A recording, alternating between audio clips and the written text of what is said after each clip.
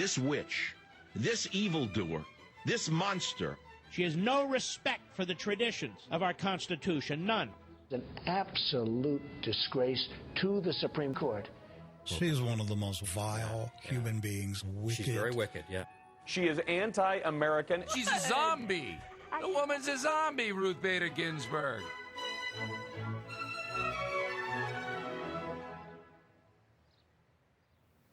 I ask no favor for my sex. All I ask of our brethren is that they take their feet off our necks.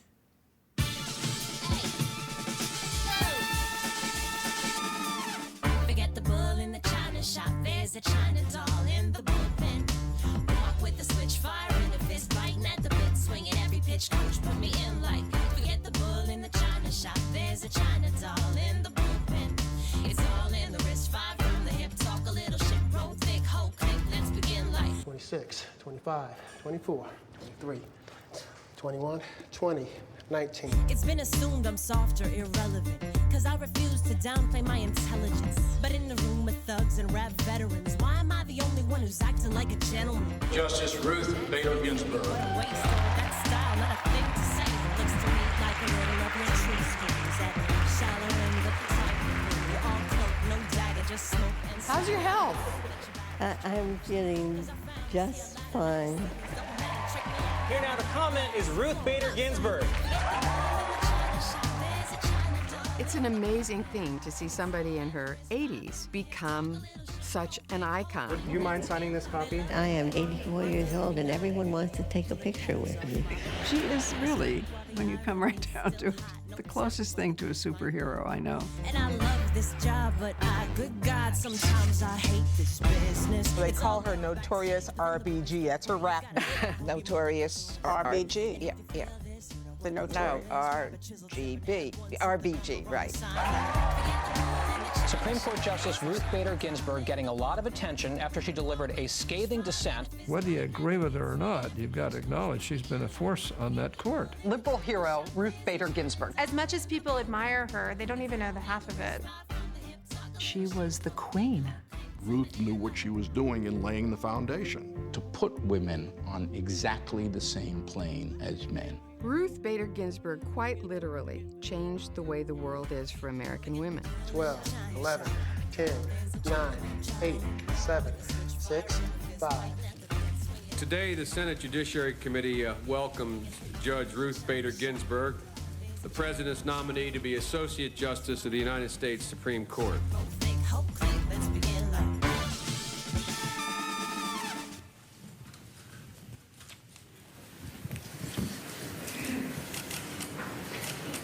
Judge, do you swear that the testimony you're about to give will be the whole truth and nothing but the truth to help you God?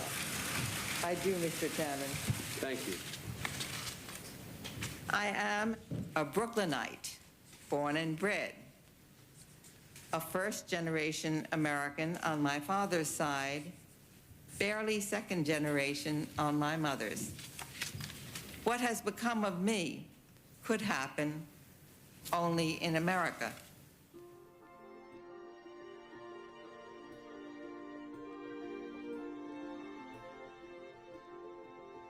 Neither of my parents had the means to attend college, but both taught me to love learning, to care about people, and to work hard for whatever I wanted or believed in. My father was from Odessa, and during his growing up years, Jews were no longer admitted to the Russian schools. Education was terribly important. My mother was loving but also very strict, making sure that I did my homework, practiced the piano, didn't stay out jumping rope too long. I loved to do the things that boys did when I was growing up. One of our favorite things was climbing garage roofs from one roof to another, leaping over. Justice Ginsburg, we cannot call Ruth. Right. We call her Kiki. She was beautiful. Big, beautiful blue eyes, which you really can't see very well behind her glasses, very soft brown hair. She had this kind of quiet magnetism, even though she was not effusive. You always thought that she wasn't listening and she didn't know what was going on, but she knew what was going on. And she didn't do small talk. No, no small talk. And she didn't do girl chat, and she didn't get on the phone and talk with us about what happened on the weekend. She's a deep thinker.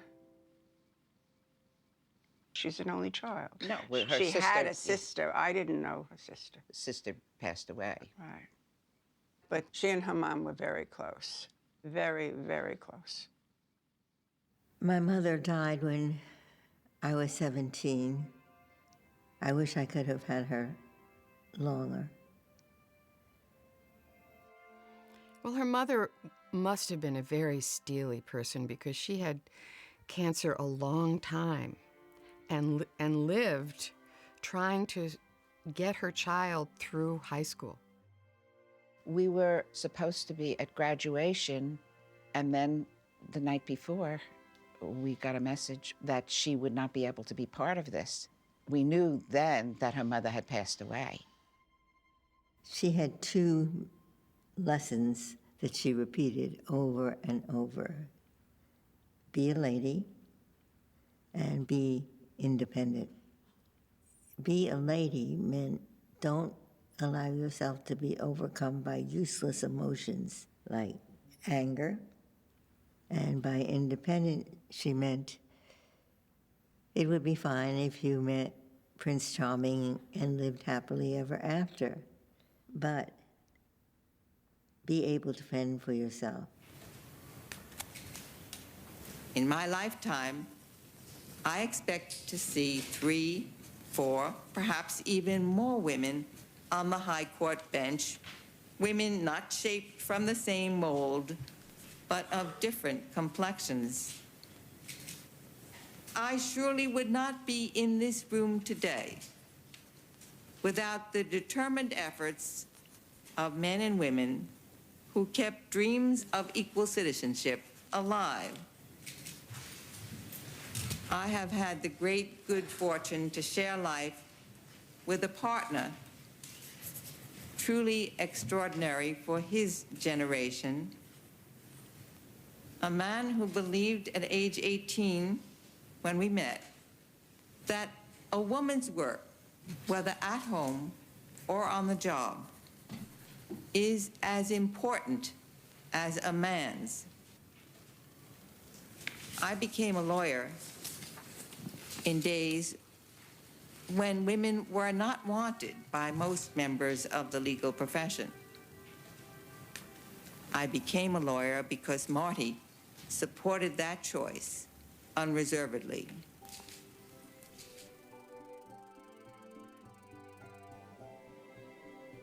So what was it about Marty?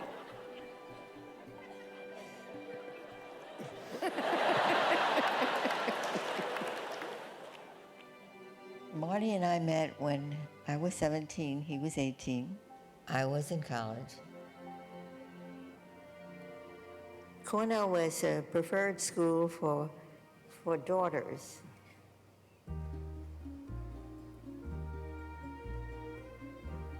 In those days, there was a strict quota for women. There were 4 men to every woman. So for parents, Cornell was the ideal place to send a girl. If she couldn't find her man there, she was hopeless. My first semester at Cornell, I never did a repeat date.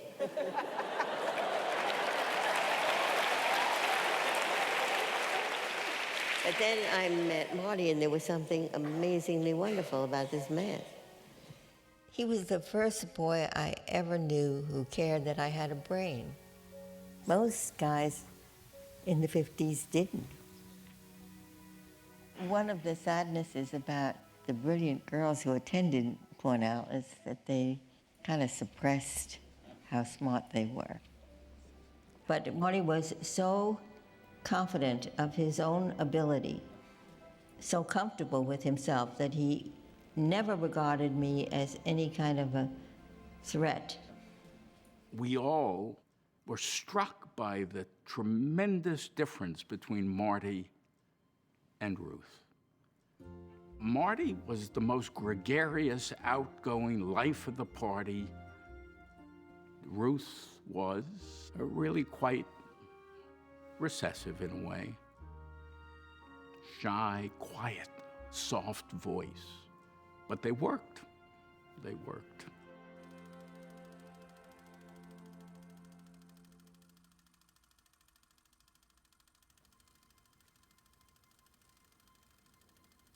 Oh, he's so young. Meeting Marty was by far the most fortunate thing that ever happened to me. Marty was a man blessed with a wonderful sense of humor. I tend to be rather sober. In those days, it was not a great time for our country. There was a Red Scare abroad in the land. Are you a member of the Communist Party? Or have you ever been a member of the Communist Party? It's unfortunate and tragic that I have to teach this committee the basic principles of Americanism. That's not the question. I had a government professor, and he wanted me to see that our country was straying from its most basic values by some of our politicians who were seeing a communist in every closet, but that there were lawyers who were defending the rights of these people to think, to speak, to write freely. Stand away from the stand. Fight for the Bill of Rights, which you are trying to Take destroy. this man away from the stand. And then I got the idea that you could do something that would make your society a little better. My family had some reservations about this. But then when I married at the end of college, my family said, well, she wants to be a lawyer, let her try. If she can't succeed, she will have a husband to support her. It's me waiting to get my diploma. Very happy. Yeah, see? It's a nice one. Cute, yeah. So we have a whole slew of pictures. They took them from every possible angle. You know who that is? No. It's Dean Minow. Oh, Dean Minow is so small. We're the same height. She's not that small. She's probably taller than you. My brother and cousins and I'll call her Bubby. It's a Yiddish word for grandmother. It's what we've always called Bubby. Bubby? Oh, yes? Do you know if you have fake sugar like Splenda or Sweet and Low? Yes, it should be someplace. That's helpful. Here. I feel like I have my grandmotherly relationship with her, but also somewhat of a student and scholarly relationship to her as well now. She taught me that the way to win an argument is not to yell, because often that will turn people away more so than bringing them to your table. I don't know what that says. I can't tell it. For extraordinary dedication to the Harvard Law School and efforts on its behalf. You know, this was the 200th year of Harvard, so it took 200 years for us to, we were the first class that was 50-50 women. Mm-hmm. So 50% men, 50. We're the first class. It takes 200, yeah.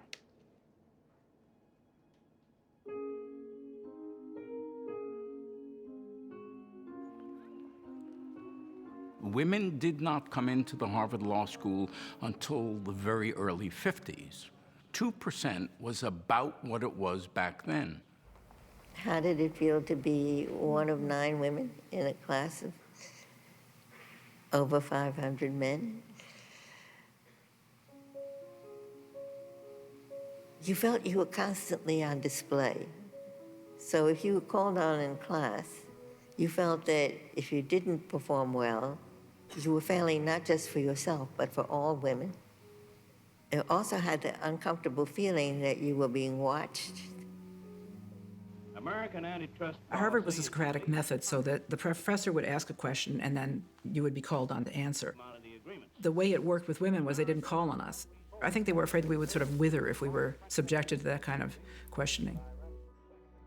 When I was sent to check a periodical in Lamont Library in the old periodical room, there was a man at the door, and he said, "You can't come in."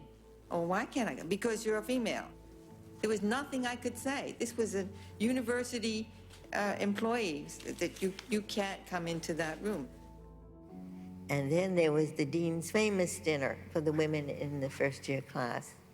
He asked each of us to stand up and tell him what we were doing, taking a seat that could be occupied by a man. There were many indignities that one took as just part of the scenery, the way it was.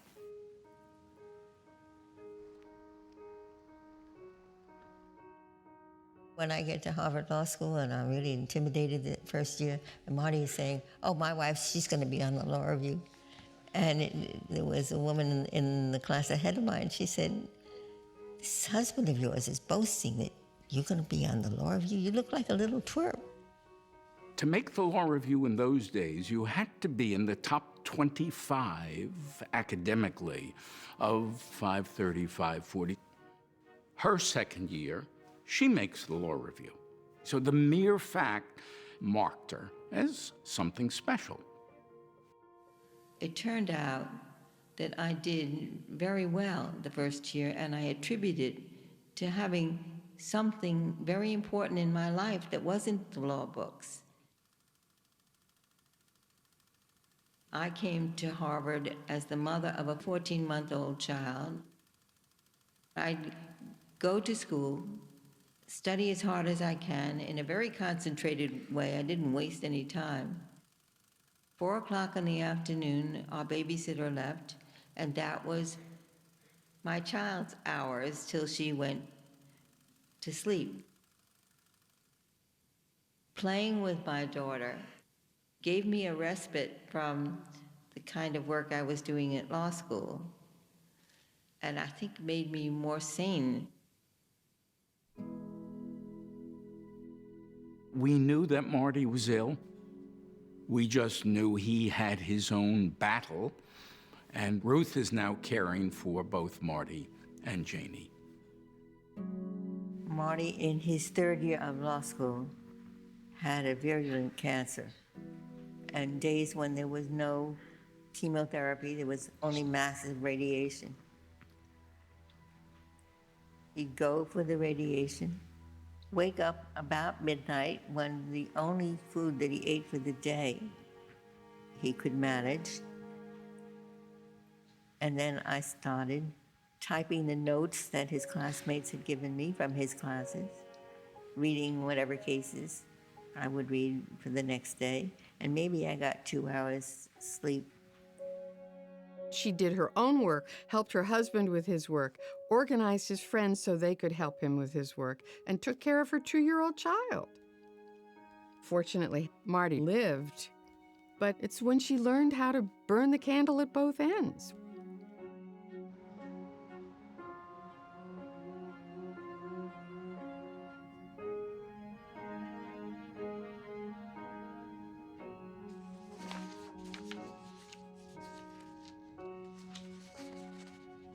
One of the memories of my childhood would be waking up in the middle of the night. Their mom would be spread out over the dining room table with her legal pads and the coffee at one hand and the box of prunes at the other. She will work until 2, 3, 4, 5 in the morning, sometimes even later. Then she will get up. She has a sitting. She would have to be at the court before 9. And then she sleeps the entire weekend. So she catches up. The sweet thing about working for a justice who works extremely hard is that we saw Marty come to our chambers often to lure her home. He would say, Ruth, it's time to come home for dinner. She sometimes had to be physically brought home. Marty graduated from the Harvard Law School and was going to a firm in New York. That was when Ruth finished her second year. Given Marty, given his recent illness, they had to remain together, and the logical place was New York, and the best option was Columbia. When I graduated from Columbia Law School in 1959, not a law firm in the entire city of New York would employ me. 4 of us from my class, Marty's class, went to the same law firm. And 2 of us went to the hiring partner and said, we had somebody on the Harvard Law Review that we think is the cat's meow. We think this firm should hire her.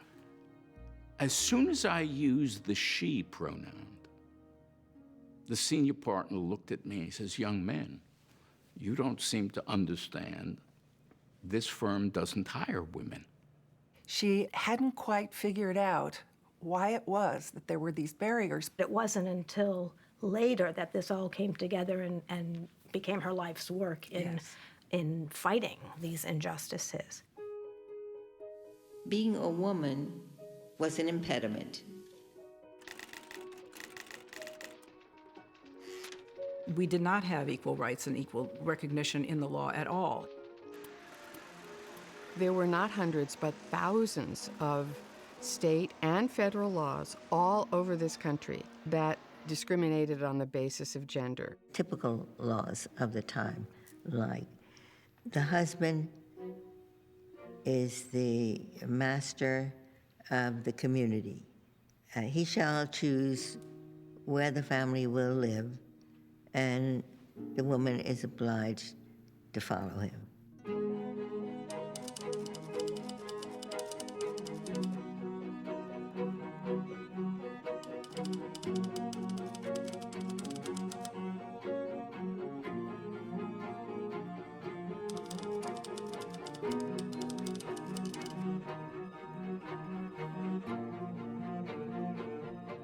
There's no aspect of American life in which you were not treated differently. The idea was that men were the breadwinners that counted, and women were pin money earners.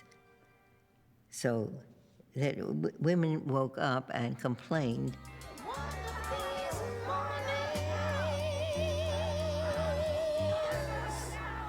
You're gonna rise up singing. You're gonna spread your wings, shout and take to the sky. Love the sky. There came to be such a mass and a majority of women, really, who understood that they were not crazy. The system was crazy. Now, thanks to the spirit of equality in the air, I no longer accept society's judgment that my group is second class. But marching and demonstrating just wasn't Ruth's thing. Her thing was to use the skills she had and put them to work. And those were her legal skills. 1963, she started at Rutgers as a law professor. And really inspired by her students, she agreed to teach a course in this new subject of gender and law. In the late 60s, some of the students wanted a course in women in the law. That's also when she began dealing with sex discrimination cases. And that was her entree into becoming a litigator. The emergence of a women's rights movement had the possibility of playing the role in the 1970s that the Black civil rights movement had played in the 1960s.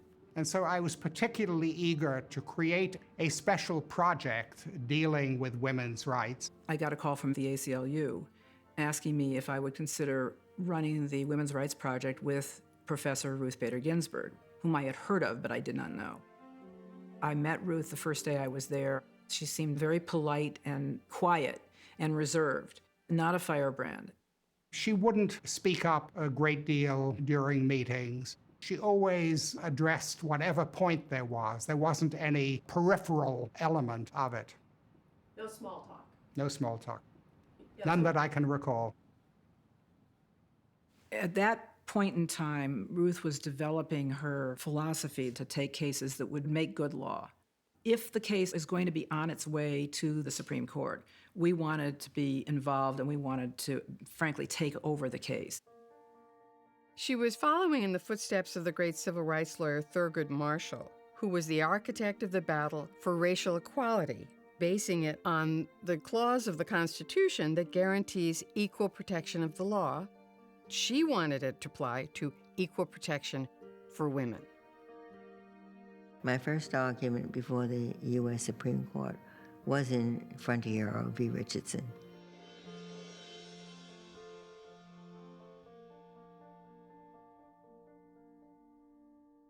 I was way back in the 1970s, second lieutenant in the Air Force. I went in the military because I needed the money.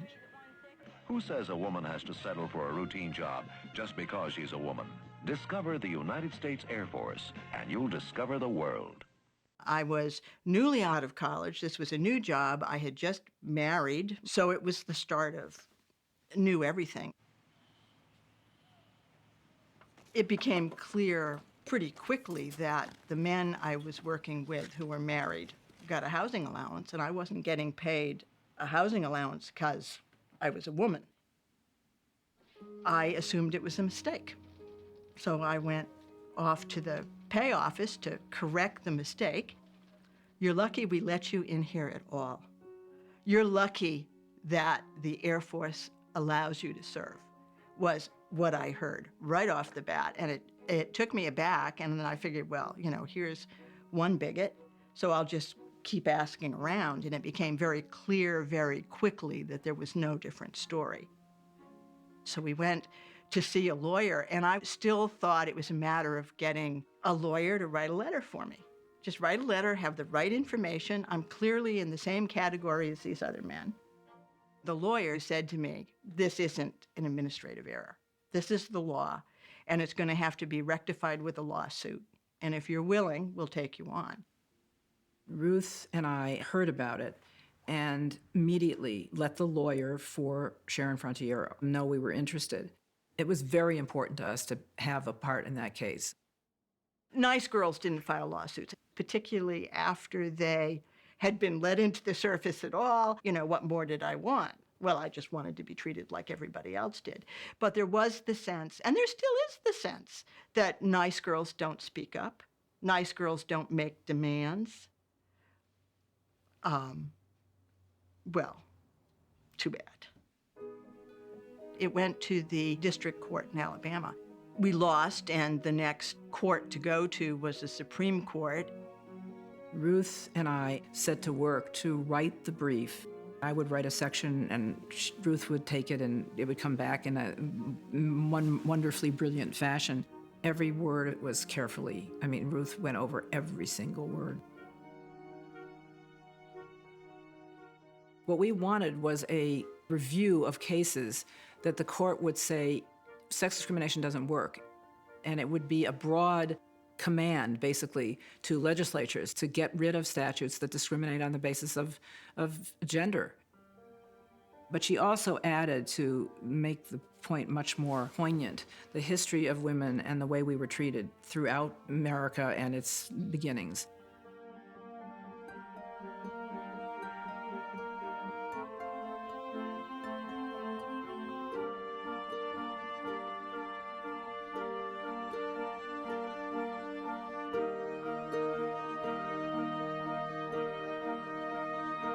She captured for the male members of the court what it was like to be a second-class citizen.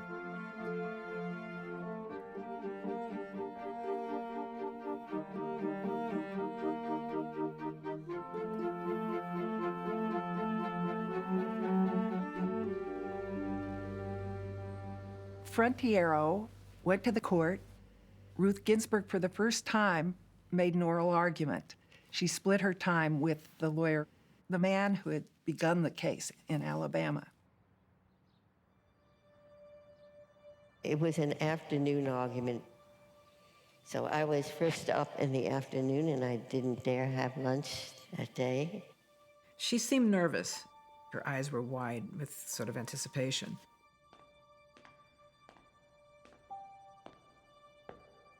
It's very intense and austere and important and very male, and it's the whole thing feels like. I was really kind of scared. We sat down at the council table and I had all these huge case books for me to help her with cites. And the court began with the oyez, oyez, and here we are. Oh, yay, oh, yay, oh, yay. All persons having business before the Supreme Court of the United States are admonished to draw near and give their attention, for the court is now sitting. Mrs. Ginsburg. I was terribly, terribly nervous, but then I looked up at the justices and I thought, I have a captive audience. I knew that I was speaking to men who didn't think there was any such thing as gender-based discrimination. And my job was to tell them it really exists.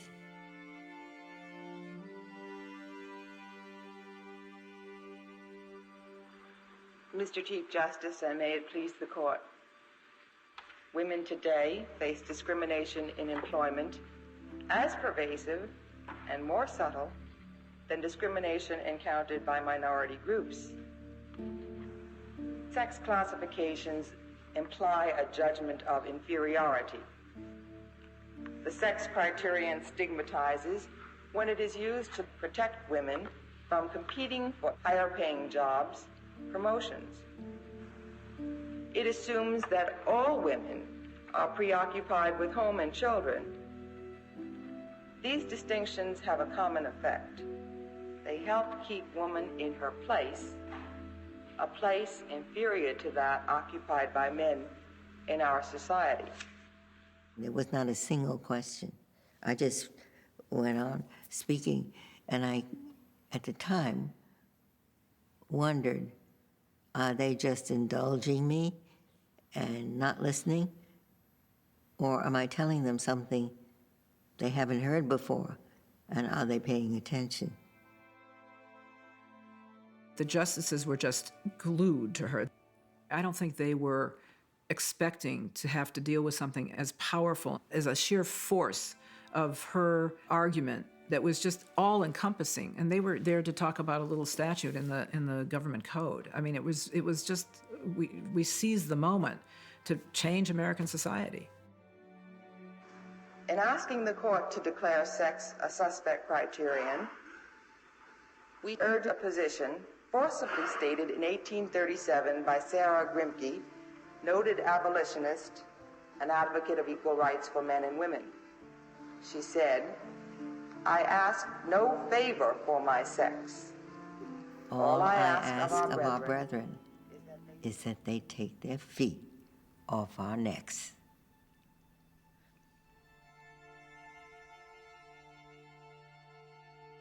We're told about the decision when a reporter called us up and said it went in your favor today. How do you feel? I said, I feel fine. Thank you very much. We were both happy that we won the case. I mean, let's be clear about it. We won the case, but we lost the standard of review that we wanted by one vote. She tried to make the case that sex discrimination should be treated like race discrimination. 4 justices signed on to that idea. The problem was you need 5. I said, it's too soon. My expectation, to be candid, was that I would repeat that kind of argument maybe half a dozen times. I didn't expect it to happen in one fell swoop. I think generally in our society, real change, enduring change, happens one step at a time. The legal strategy of one step at a time in the 70s was a conservative strategy, but the goal was equality and civil rights. And that's who she always was and who she is now.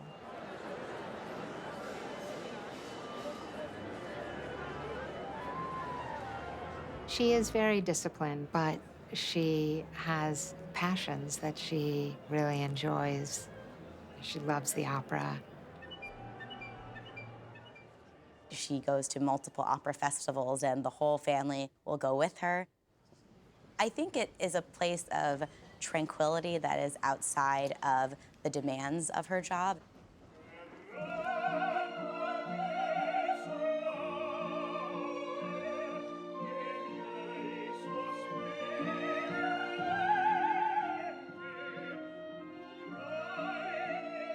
When I am at an opera, I get totally carried away. I don't think about the case that's coming up next week or the brief that I'm in the middle of.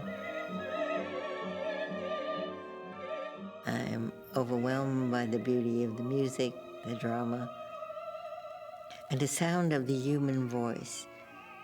It's like an electric current going through me.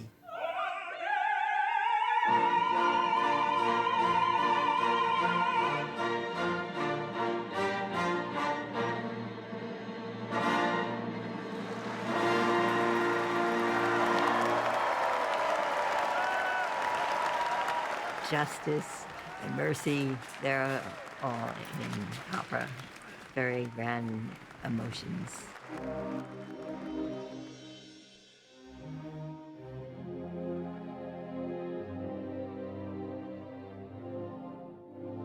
A young man had a tragic experience. His wife had an entirely healthy pregnancy, and he was told that he had a healthy baby boy, but his wife had died. The problem was amniotic embolism, and at that particular point, nobody had ever survived that. They did keep her alive for about 4 hours, but by 3:30 in the afternoon, the code blue came along and she died. Jason was a very easy child. My attitude toward raising a child is that a child is not there for me, I'm there for him. And that's what my job was. He determined that he was going to be a caregiving parent to that child. He went to the local Social Security office and asked about the benefits that he thought a sole surviving parent could get. And he was told that that benefit is called a mother's benefit. And he didn't qualify. So he wrote a letter to the editor of his local newspaper, and he said, "I've heard a lot about women's lib. Let me tell you my story." To the editor, it has been my misfortune to discover that a male cannot collect Social Security benefits as a woman can. Had I been paying into the Social Security system and had I died, she would have been able to receive a benefit, but male homemakers cannot. I wonder if Gloria Steinem knows about this. Ruth took a case in which a man was discriminated against in order to show the depth and the importance of sex discrimination. Very intelligent thing to do. We appeared at the United States Supreme Court in 1975. When we got to the courtroom, she sat me down at the table with her. She just wanted a male presence to be at that table so the justices would have something to identify with. That was part of her strategy. She's trying to convince members of the Supreme Court, who were mostly white, male, privileged class at that time. Mr. Chief Justice, and may it please the court, for the 8 months immediately following his wife's death, Stephen Wiesenfeld did not engage in substantial gainful employment. Instead, he devoted himself to the care of Jason Paul. She knew exactly what she was doing, and it was a very shrewd strategy. That case resulted in a unanimous judgment in Stephen Wiesenfeld's favor. His case was the perfect example of how gender-based discrimination hurts everyone. Ruth's conception of the strategy led to a whole string of litigation for the next decade. She wanted to build the idea of women's equality step by step, to use each case to move things forward. It was like knitting a sweater.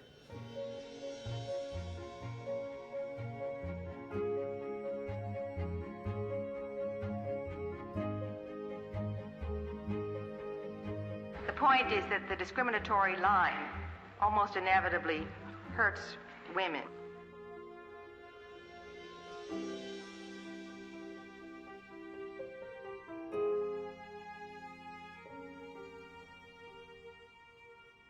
Female citizens of Louisiana are denied equal protection by the total absence of their peers from the jury. I thought the new theory was that There's very little difference between men and women, and so why wouldn't a men's jury be their Well, peers? I'm not aware of that new theory. They didn't get it. They didn't understand the issues that women were facing, or they didn't see them as issues. Because women had, in their minds, women had a place, and it wasn't where Ruth Ginsburg was suggesting that it ought to be. Men and women are persons of equal dignity, and they should count equally before the law. You won't settle for putting Susan B. Anthony on the new dollar. When they would say things like this, how did you respond? Well, never in anger, as my mother told me. That would have been self-defeating. Always as an opportunity to teach. I did see myself as kind of a kindergarten teacher in those days because the judges didn't think sex discrimination existed. Well, one of the things I tried to plant in their minds was think about how you would like the world to be for your daughters and granddaughters.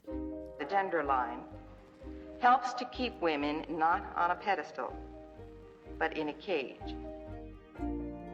One of the things that I'm struck by as I look back on it is how unprepared the defendants were to fight back.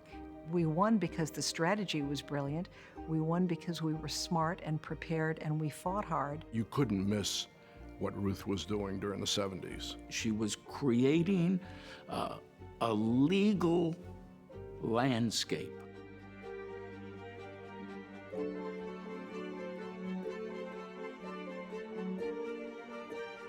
She was doing something that was incredibly important to American women, whether they knew it or not.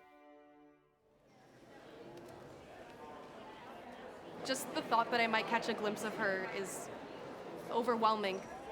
I have a mug of her in my room. It says "Herstory in the Making." I have a sticker on my computer. And I just ordered tons of merch. Notorious Yes, RBG. the Notorious We're here to get RBG, my book signed. I think it's easy to take for granted the position that young women can have in today's society, and that's a lot in thanks to Justice Ginsburg's work. Who is more disdained or told to go away than an older woman? But here's an older woman who people really want to hear everything that she has to say. I have been given questions by the students about what it's like to be Justice Ruth Bader Ginsburg. Do you have a smartphone? Yes, the answer is yes. I had, in fact, two until they took the BlackBerry away from me, saying nobody uses that anymore. What do I use it for? Not for selfies. You have said in public many times that the ideal number of women for the Supreme Court of the United States is 9. Yeah, why not? 9 men was a satisfactory number until 1981. But the change in the federal judiciary as a whole has been enormous. It wasn't until Jimmy Carter became president, he looked around at the federal judiciary and he said, well, they all look like me. But that's not how the great United States looks. When President Carter was elected, he said, there are almost no women and there are almost no African Americans on the federal bench, and I am determined to change that. Justice Ginsburg and I were two of the people who benefited from that promise. Ruth was nominated in 1980, and we became colleagues on the U.S. Court of Appeals for the D.C. Circuit.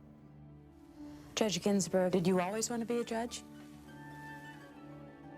The law is something that I think I deal with well.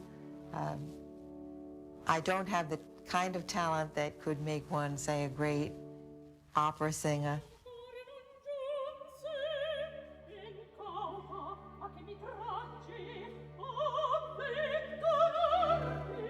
I wanted to be active in the law.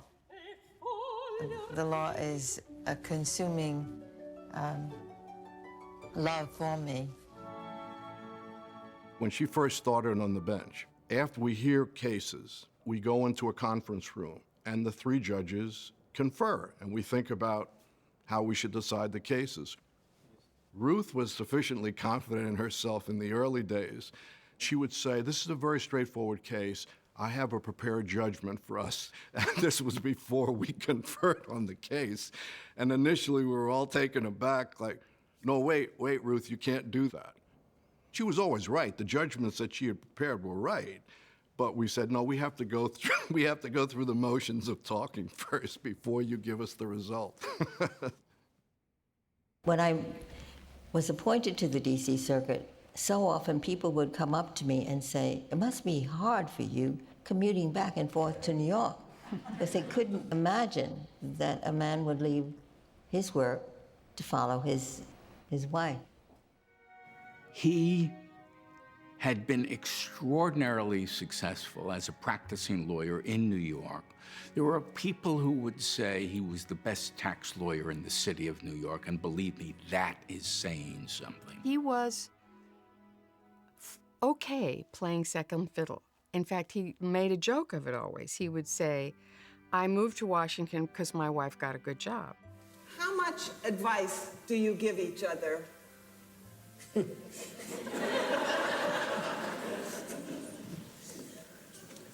Well, Marty was the funny one in the family, and she loved it.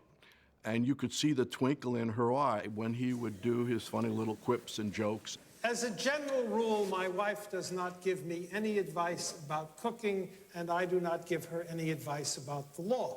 This seems to work quite well on both sides. My father was a very outgoing, very fun person, and I think he helped temper some of Mom's seriousness at times, which I think was to everybody's benefit. We used to keep a book called Mommy Laughed, which had parsimonious entries. You are giving me constant advice. It starts calling about 7. It's time to come home for dinner. And then 7:30, and somewhere between 7:30 and 9, we generally make it. And the other thing is time for you to go to sleep. Those are the daily, that's the daily advice that I get. Well, it's not that bad advice. You have to eat one meal a day, and you should go to sleep. He allowed Ruth to be who she was, that is, a relatively reserved, serious person who focused on her law work and loved doing that. And the relationship was just magnificent to watch. When Marty was starting out in law practice and eager to make partner, I was responsible for the lion's share of taking care of the home. But when the women's movement came alive and Marty appreciated the importance of the work I was doing, then I became the person whose career came first. What was she like as a mom? Exigent. What do you mean by that? Do your homework, clean your room, don't disappoint us. Helping a lot with schoolwork, commenting, pulling out the red pen. Our dear daughter, Jane, all smile, volunteered to the press. She had grown up in a home in which responsibility was equally divided. Her father did the cooking, she explained, and her mother did the thinking. So is she really such a horrible cook? Yes. Oh, yeah. So to this day, I still can't eat swordfish after what she did to it. It wasn't until I was 14 that I encountered a live vegetable. Ruth is no longer permitted in the kitchen. This by the demand of our children who have taste.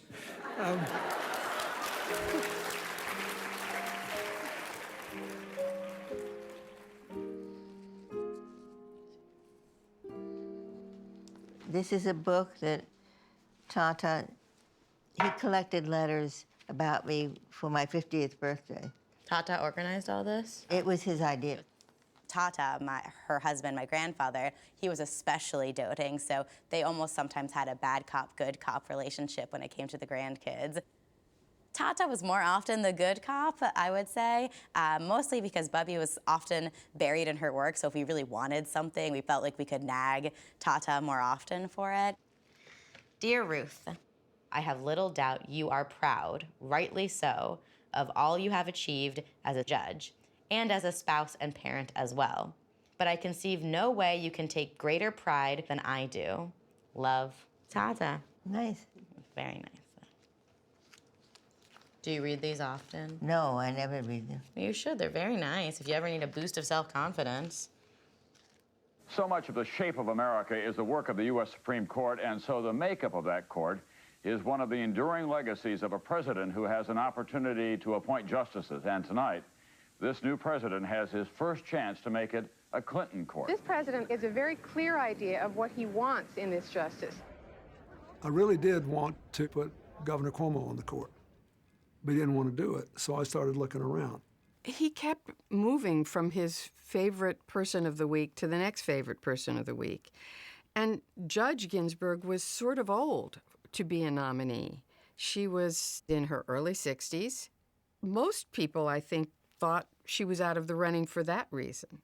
And Marty was just not going to accept that. We're talking about Ruth, and we must remember how shy she was. I can't think of anyone less likely to toot her own horn than Ruth. So Marty had to play the New York Philharmonic.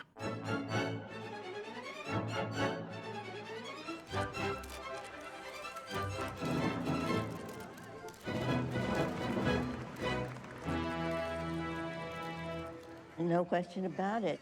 People who observed at the time said, well, Ruth would have been on a list. Maybe she would be 22 or 23. But it was Marty who made her #1. He had a little book of people that he contacted. They were... He had lots of contacts in the business community, lots of contacts in the legal community, in the academic community, among the women she had helped. And I don't even know all the things he did. He was so in love with his wife and so respected her as a real giant in the legal profession, he felt it would be an outrage if she wasn't seriously considered. And look, he wasn't the only one that was campaigning for somebody to be on the court. He had some pretty stiff opposition, but it was her interview that did it. We arranged for her to come to the White House. I wanted to see how her mind worked. So I engaged her in this conversation. And all of a sudden, I wasn't the president interviewing her for the Supreme Court anymore. We were two people having an honest discussion about what's the best way in the moment and for the future to make law. Ruth Ginsburg, as quiet and kind of withdrawn and almost timid as she can be, she is a performer. And she walked in that room and he fell for her. Literally, within 15 minutes, I decided I was going to name her. I am proud to nominate this path-breaking attorney, advocate, and judge to be the 107th Justice to the United States Supreme Court.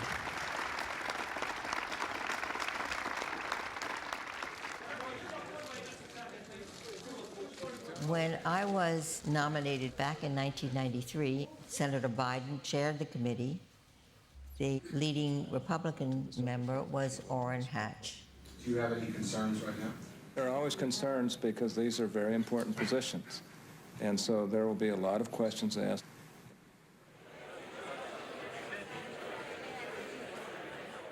Day 2 of the Ruth Bader Ginsburg confirmation hearings. Judge Ginsburg did something no recent high court nominee has done. Spoke at length about her support for abortion rights.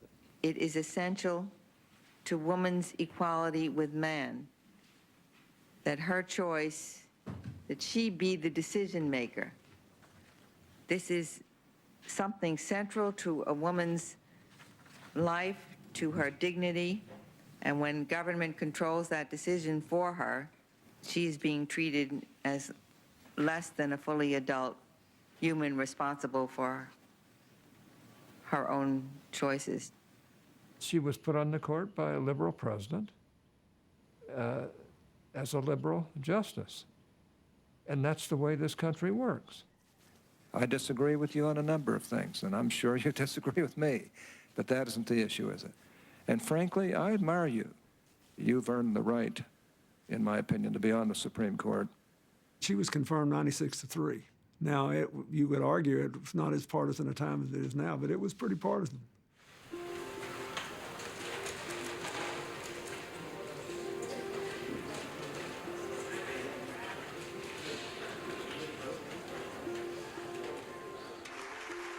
Promising to defend the Constitution, pioneering women's rights advocate Ruth Bader Ginsburg has been sworn in as the second woman on the U.S. Supreme Court bench.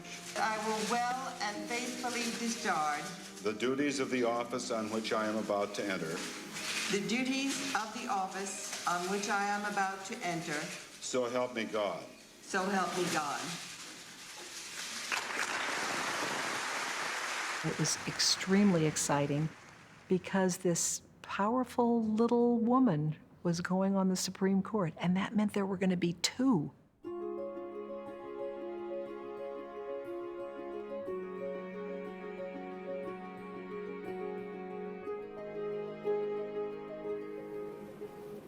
The standard robe is made for a man because it has a place for the shirt to show and the tie. So Sandra Day O'Connor and I thought it would be appropriate if we included it as part of our robe, something typical of a woman. During my long tenure here, I was not the most, quote, liberal justice on the court. From the beginning, I think what she was looking for was to build consensus. Even though Chief Justice Rehnquist and Sandra Day O'Connor were conservative justices, they were still justices with which Ginsburg was able to find common ground. That was her style. She really wanted to be able to convince her fellow justices to move her way, even if it means conceding certain things and compromising.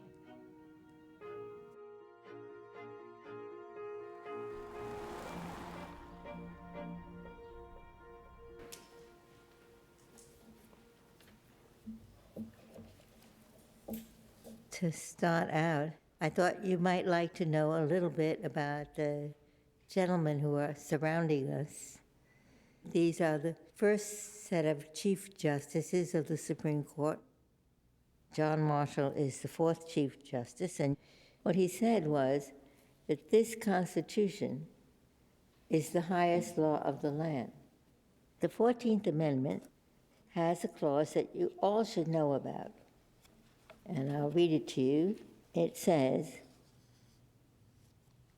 "And nor shall any state deny to any person the equal protection of the laws."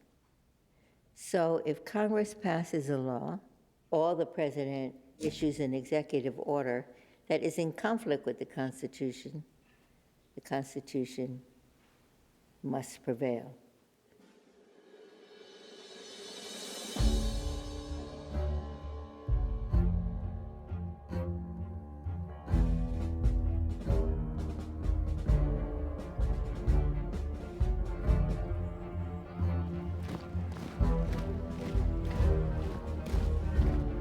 VMI was a 150-year-old, all-male military college. It had a tremendous endowment, well-connected alumni, four-star generals. When you came out of VMI, that was something. The Virginia Military Institute was the last all-male state-supported school in the country. In 157 years of school tradition as an all-male military academy.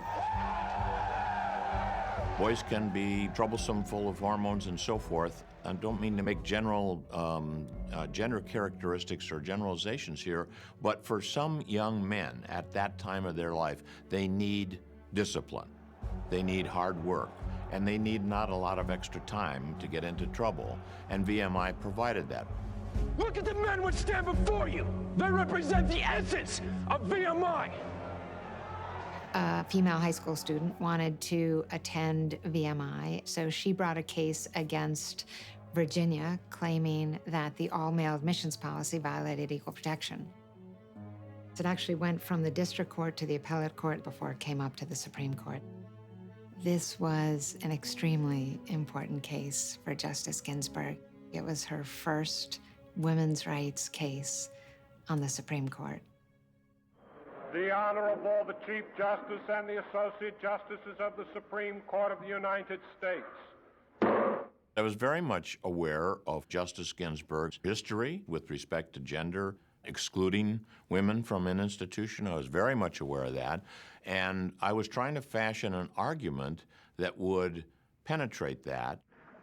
Mr. Chief Justice, and may it please the Court, educators are virtually united that many young men and young women significantly benefit from a single-sex education. The curiosity is that you're defending single-sex education when Virginia abandoned single-sex education in all schools but one. There were a number of women's-only schools in Virginia that chose themselves to go to coeducation because of the demands that occurred. Demands from whom? The trends that were away from single-sex education. I was dealing with a very worthy and formidable force at the other side of that bench. To clarify, you are defending VMI for all males and no public program for women. The effort is by Virginia is to promote diversity by creating opportunities for people of both sexes. That was my pitch. As you know, it didn't work. The opinion of the court in Virginia against the United States will be announced by Justice Ginsburg. Some women can meet the physical standards VMI imposes on men, are capable of all the activities required of VMI cadets, and would want to attend VMI if they had the chance. This opinion does mark as presumptively invalid a law that denies to women equal opportunity to aspire, achieve, participate in, and contribute to society based on what they can do. The for-men-only tradition of VMI became history with the arrival of women entering as first-year cadets. Cadre, take charge of your arrests. I was in the first class of women. We were here not to break tradition, not to ruin history, but to help grow it.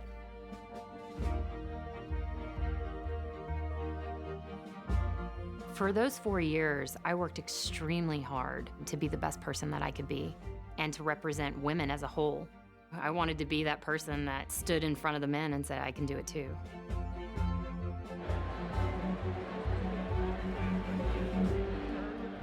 It is most appropriate that we welcome today a member of our nation's highest court and notable example of a citizen with a lifelong dedication to public service, Justice Ruth Bader Ginsburg. Thank you. Welcome to the Virginia Military Institute.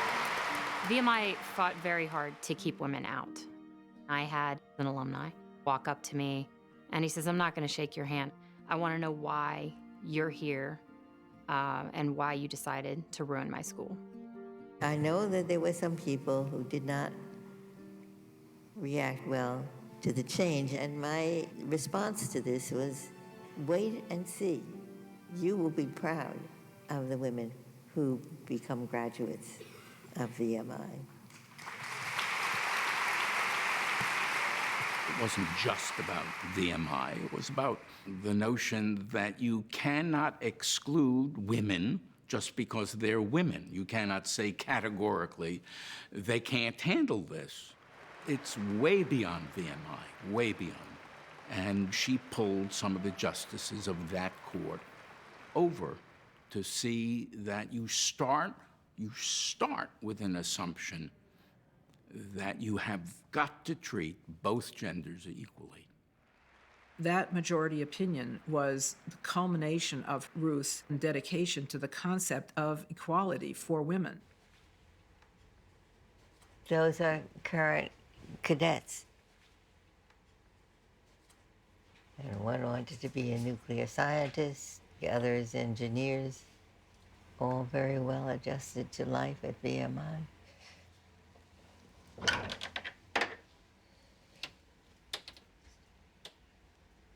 So you can see many varieties. There are more up on top This is the latest one I've gotten. So people just send them to you? Yes. What's in this one?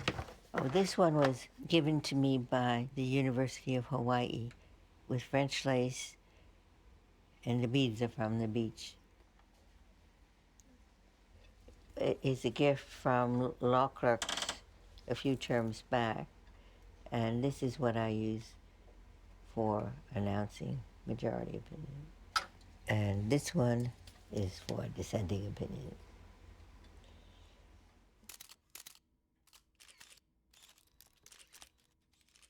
Every day before we sit in the court, the first thing we do is we go around the room, each justice shaking hands with every other. We know that collegiality is very important to the effective working of the court, so we better respect each other and even like each other. She did something I'm not sure I could have done. She made real friendship with Scalia. They are the leading voices of opposite points of view on the United States Supreme Court. Why don't you call us the odd couple?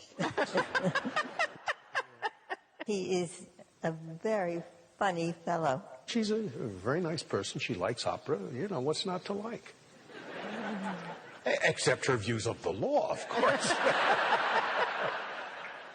Justice Scalia, who believes that one should read the Constitution according to its plain language, according to the meanings that were ascribed to those words when those words were enacted. What you're saying is let's try to figure out the mindset of people back 200 years ago, right? It isn't the mindset. It's what did the words mean to the people who ratified the Bill of Rights or who ratified the Constitution? As opposed to what people today think it means. As opposed to what people today would like. I see the Constitution as striving for a more perfect union. Who were we the people in 1787? You would not be among we the people. African Americans would not be among the people. She's this supposed famous liberal. He's this supposed famous conservative. She's Jewish. He's Catholic. She's retiring at times, and he almost never is. And yet, as with many great friendships, there's a chemistry that maybe you can't entirely explain. That's the thing about Ruth, is that she can compartmentalize better than I do. She is able to have a close friend who had these outrageous views about women and about gays and lesbians. I have a little bit of trouble with that. I don't have close friends who are right-wing nutcases. Even though they had differing points of view, they were dear friends. I'm sure they were picking at each other the whole time, but they kind of enjoyed it. Justice Scalia would whisper something to me. All I could do to avoid laughing out loud, so I'd sometimes pinch myself. People sometimes ask me, well, what was your favorite Scalia joke? And I said, I know what it is, but I can't tell you. They enjoyed going to the operas together. They enjoyed discussing particular operas. And of course, they appeared together in an opera. What's the most fun thing you've ever done together? Was it being on that elephant in India? That was a rather bumpy ride. And some of her feminist friends gave her a hard time because she rode behind me on the elephant. That's what I'm not kidding. It was, the driver explained it was a matter of distribution of weight. Washington has a reputation as being a hard town to make good friendships. And the Supreme Court itself is a place where your colleagues on any given case are also your adversaries. It was very gratifying to see the two of them together and know that they had their disagreements, but that my father had this just really wonderful friend. The presidential election is over. George Bush prevails by 1 vote in the Supreme Court. George, this effectively ends the election. It has ended the election, and Peter, literally one of the closest elections in American history. 600 votes approximately separated Gore and Bush in the state of Florida, and now by 1 vote on the Supreme Court, this election is over. Look at the dissents and the strong language in the dissents. Justice Ginsburg, the court's conclusion that a recount is impractical is a prophecy the court's own judgment will not allow to be tested. Such an untested prophecy should not decide the presidency of the United States. I dissent. She was never supposed to be the great dissenter, but that's the course that history took her on. George W. Bush was able to appoint 2 justices. The addition of Samuel Alito and John Roberts on the court pushed it far to the right. The role of an individual justice can change dramatically as the court changes. With the departure of Justice O'Connor and with more conservatives joining the bench, she found she had to really exercise her dissenting voice. Of course, I prefer to be in the majority, but if necessary, I will write separately in dissent.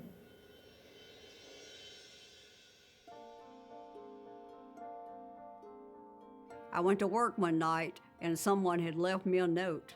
It had my name and 3 men. We 4 had the exact same job. My pay was 40% less than theirs. I had been shortchanged for no other reason than I had been born the wrong sex. I was a woman. The jury found that I had been discriminated against, but of course Goodyear appealed, and then we were notified that we would be heard in the Supreme Court. I looked at the court makeup. That's when Justice Alito had just gone on the bench. Justice Ginsburg at the time was the only female left. Justice Alito read the opinion. He said I was definitely discriminated against, but I had not filed my charge timely, that I waited too late to file my charge.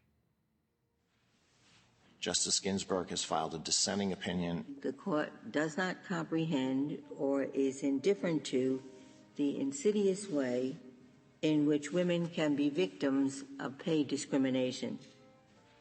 Congress intended to govern real-world employment practices, and that world is what the court ignores today. Initially, you may not know that men are receiving more. Only over time is there strong cause to suspect that discrimination is at work. She's hit the nail on the head because she definitely said they do not know what it's like in the real world. Today, the ball again lies in Congress's court to correct the error into which the court has fallen. She was laying down a marker for Congress, and in fact, federal law was changed because of her dissent. 3/5 of the senators having voted in the affirmative, the bill is passed.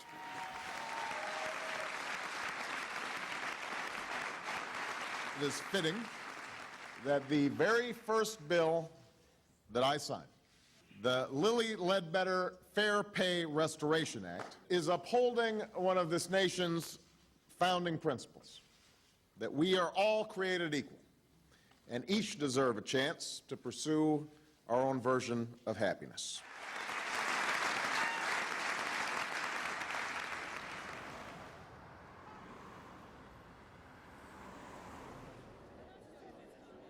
Ruth and I were in New York City to see the play Proof. And as we walked down the aisle to our seats, what seemed like the entire audience began to applaud. Many stood. Ruth beamed. I beamed too, leaned over and whispered loudly, "I bet you didn't know there's a convention of tax lawyers in town." Well, without changing her bright smile, Ruth smacked me right in the stomach. I give you this picture because it fairly captures our nearly 50-year happy marriage, during which I have offered up an astonishing number of foolish pronouncements, and Ruth has ignored almost every one.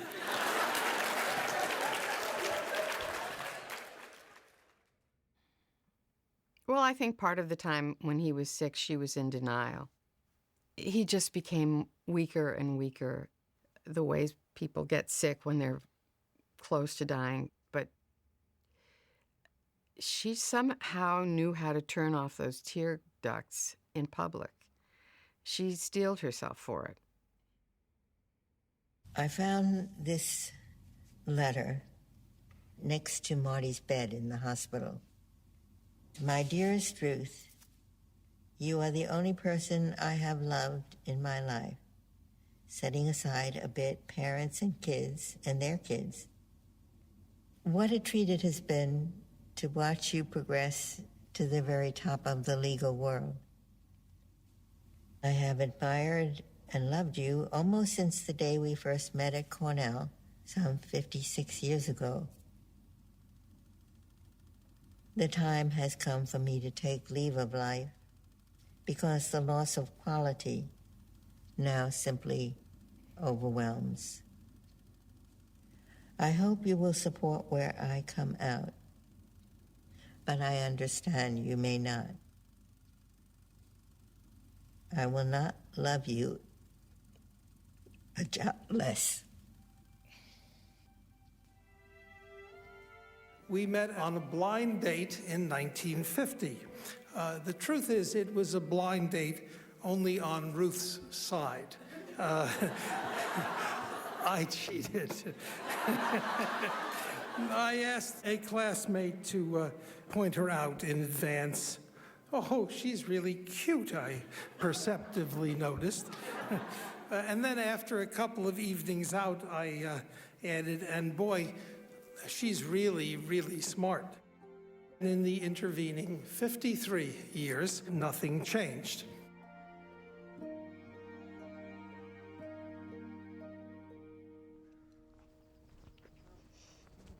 Now, where are we headed? We're headed to these outdoor sculptures, and all the sculptures are by contemporary Native American artists. After a period of very justified mourning, she sort of relaunched herself into her work and filled the time that she would have spent with my grandfather with work, both to distract herself, I think, from his absence, but also to honor him. This is her son. Thank you for visiting us. Her grandson, Satnam. Marty was her life, and her children and grandchildren who have a life of their own. She's very much interested in arts and loves to go to those things. And then she goes home at the end of the evening and works until 4 in the morning. These two pieces here are by a Creek artist. And what is she called, that one? It's called a woman warrior. Any kind of battle you bring to her, she's ready for it. It's considered one of the most important pieces of civil rights legislation ever passed. But by 5-4, the U.S. Supreme Court today took the teeth out of a law enacted nearly 50 years ago. The Voting Rights Act has policed voting discrimination, but today's decision effectively puts it on hold. Chief Justice John Roberts summarized his opinion in 4 telling words. Our country has changed. Justice Ginsburg has filed a dissenting opinion. Race-based voting discrimination still exists. This court's decision is like throwing away your umbrella in a rainstorm because you are not getting wet. She called out the majority and said, this makes 0 sense. The entire reason that racial discrimination in voting is not happening is because we have this very important law. I was righteously angry right alongside with her. Her dissent was the introduction for many young people about how important the court is to our everyday lives. I just pulled up Photoshop and did the design in like 15 minutes. I came up with a couple slogans, but the one that kept coming back to me was, "You can't spell truth without Ruth." A friend of mine posted on Facebook saying, wow, Justice Ginsburg sure can write. Hashtag Notorious RBG. So I started a Tumblr and I called it Notorious RBG. She is known to fans the world over as the Notorious RBG. Yeah, this album is dedicated to all the teachers that told me I never amount to nothing. I do know where Notorious RBG came from. It was the rapper, the Notorious B.I.G. Remember rapping Duke? The hard, you never thought that hip-hop would take it this far. People ask me, don't you feel uncomfortable being with a name like the Notorious B.I.G.? And why should I feel uncomfortable? We have a lot in common.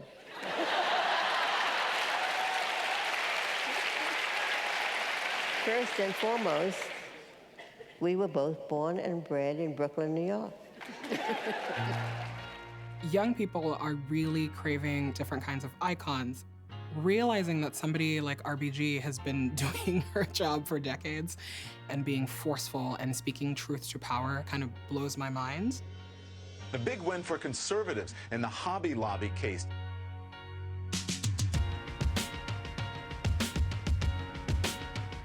Justice Ginsburg has filed a dissenting opinion. The ability of women to participate equally in the economic and social life of the nation has been facilitated by their ability to control their reproductive lives. We were all so hungry to hear from Ruth Bader Ginsburg. Every time Justice Ginsburg wrote a dissent, the internet would explode. Justice Ginsburg has filed a dissenting opinion. Justice Ginsburg has filed a dissenting opinion. My dissenting opinion, I dissent from today's decision. You just had to put the words Ruth Bader Ginsburg into something, and then it would get shared compulsively.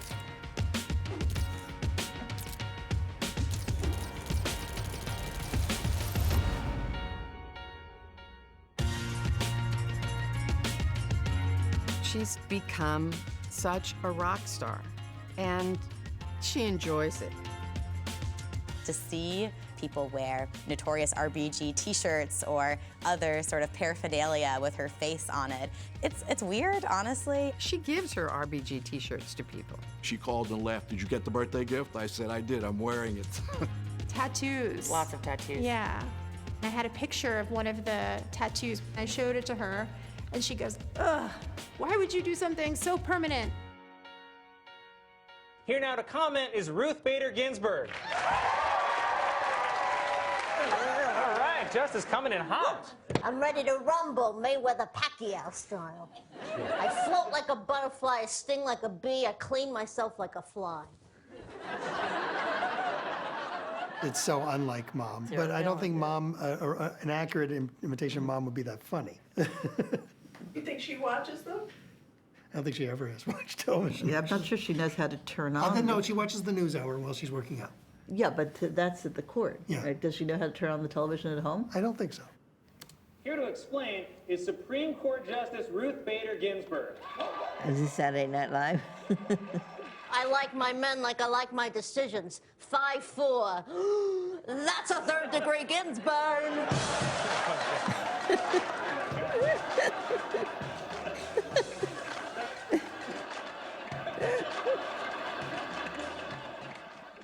It's marvelously funny, I think. Remind you of yourself? Not one bit. Except for the collar. What about the State of the Union where you were caught sleeping? No, I wasn't sleeping. I was giving in to the weight of my glasses.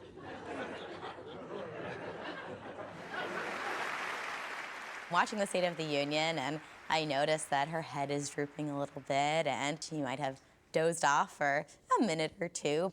After that happened, and called her up and said, "Yeah, Bubby, you were asleep during the State of the Union. You can't do that." You went to the State of the Union and you fell asleep. As I often do. The audience, for the most part, is awake because they're bobbing up and down all the time. And we sit there, stone-faced, sober judges, but we're not, at least I wasn't, 100% sober. She does look vulnerable. She is this tiny little person. And that is somehow in contrast with being the ferocious defender of minorities and women and certain kinds of ideals. There's always, I think, the concern that can she continue to keep up this pace? Well, she's now been through 2 different types of cancer without missing a day on the bench. I had my first cancer bout in 1999, colorectal cancer. It was a year of first surgery and then chemotherapy. 10 years later, I had pancreatic cancer. I think what it has left me is an enhanced appreciation of the joys of being alive. Only thing I want you to do is just grab them and just pull. Just standing up straight? Yep, and just pull. Don't lean back. Good. Just pull. Pull. Okay? Arch that back. Good. This is light. I know. I got a heavier one. Since it's too light, I got a heavier one. Okay? started training Justice Ginsburg back in 1999. She had just came out of chemotherapy, and she wanted to build muscle and get stronger. She's like a cyborg. And when I say a cyborg, she's like a machine. Let's go for 2 more just because it looks good. Lean back. Good. Yep, and pull yourself up. Exactly. Good. Trying to bring your chest down to the ball. 1, good. They're real push-ups, right? They're not girl push-ups. No, they are very real, yes. I've heard that she does 20 push-ups 3 times a week or something. I mean, we can't even get off the floor. We can't even get down to the floor. That's true. I always feel better, no matter how tired I am. At the end of that hour, I'm ready to go again. She definitely embodies the larger-than-life nature of the Notorious title more and more as she gets older. She's become much more public, much more vocal. Especially in a time where our politics are just so garbage.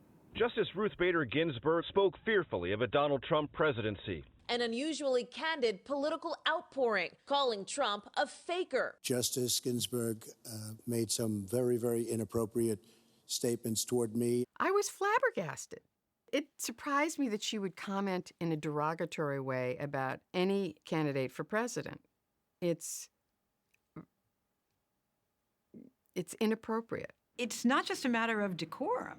It's a matter of her not understanding her constitutional role. She has just come out and issued an apology. You released a statement that read, "Judges should avoid commenting on a candidate for public office." But do you really regret the substance of what you said?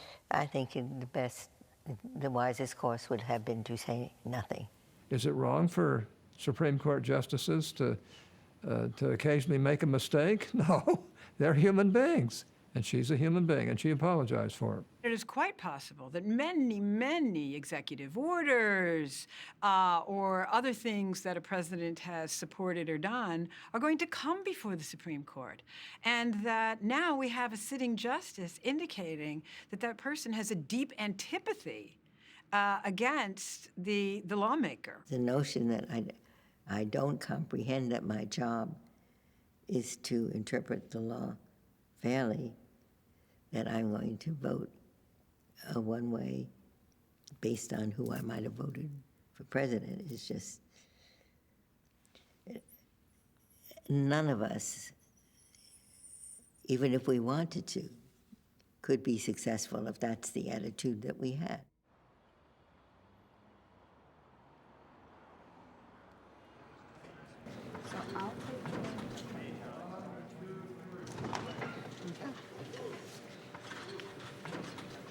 You look marvelous. Knowing that we were opening on the Saturday after the election, I wanted somebody who was a Washington insider to play the Duchess of Krakenthorpe. The best of the House of Krakenthorpe. There are very few operas that have speaking parts, and the Duchess of Krakenthorpe is one such part. So I wrote basically my own lines for the Duchess of Krakenthorpe.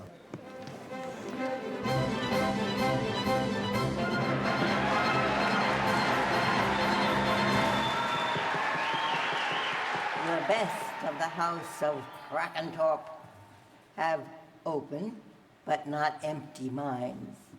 No surprise then that the most valorous Krakenthorpians have been women. A lady titled Krakenthorpe at all times must conduct herself with dignity and grace. We now request certain essential documents. Have you brought your niece's birth certificate?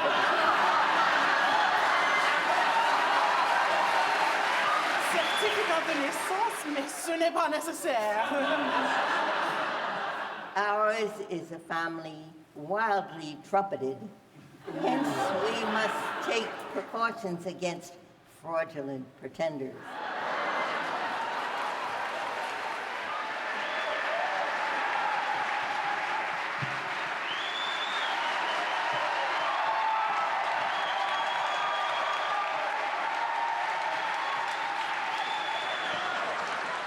Justice Ginsburg, I think everyone expected you to retire soon. I mean, you're 83. Yeah, you're damn right I was gonna retire. Ugh.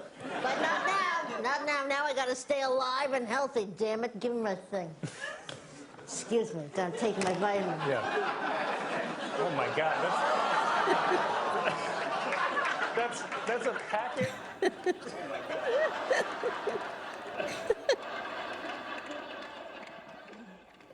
Justice Ginsburg, let me ask you a tough question.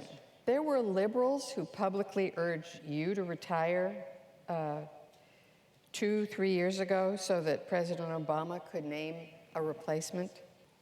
Any second thoughts about not doing that? I have said many times that I will do this job as long as I can do it full steam. And when I can't, that will be the time I will step down. She has found her voice on the court. She is a center of power, on the court and off the court. When the history books are written, an enormous amount will be about what she did as a very young lawyer. There would not have been the legal status of women today had it not been for her work in the 70s. She changed everything. The gender line helps to keep women not on a pedestal, but in a cage. Ruth's work made me feel as if I was protected by the U.S. Constitution for the first time. Men and women are persons of equal dignity, and they should count equally before the law. She may be small, but she's got a firm backbone. It's been a long road for her, and she's fought really hard all of the way down it. She's not done fighting. Looking back over my long life, yes, we may be in trying times, but think how it was. When I went to college, there was a big Red Scare in our country. Some people in our Congress saw a communist in every closet and in every corner. But it impressed me that there were lawyers reminding our Congress that we have freedom of speech and of the press. So I thought that that was a pretty good thing to do, to help keep our country in tune with its most basic values. Now is the busiest season for the court. All dissenting opinions have to be circulated. And I have a few of those still to go. One of the world's greatest jurists, Judge Learned Hand, said that the spirit of liberty that imbues our Constitution must lie first and foremost in the hearts of the men and women who compose this great nation. A community where the least shall be heard and considered side by side with the greatest. I will keep that wisdom in the front of my mind as long as I am capable of judicial service. Oh yay, oh yay, oh yay, the court is now sitting.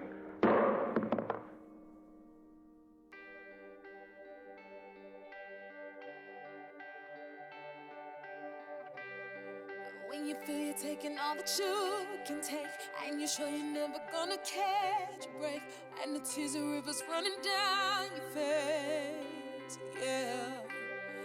When your faith is low and you got no strength left, when you think you've gone as far as you can get, and you're too worn down to take another step, oh, I will take up the struggle. Oh, I know it's a fight, so I'll fight that war for you. I'll fight, stand and defend you, take your side. That's what I'm here to do. I'll be the to be strong. Oh, I keep on.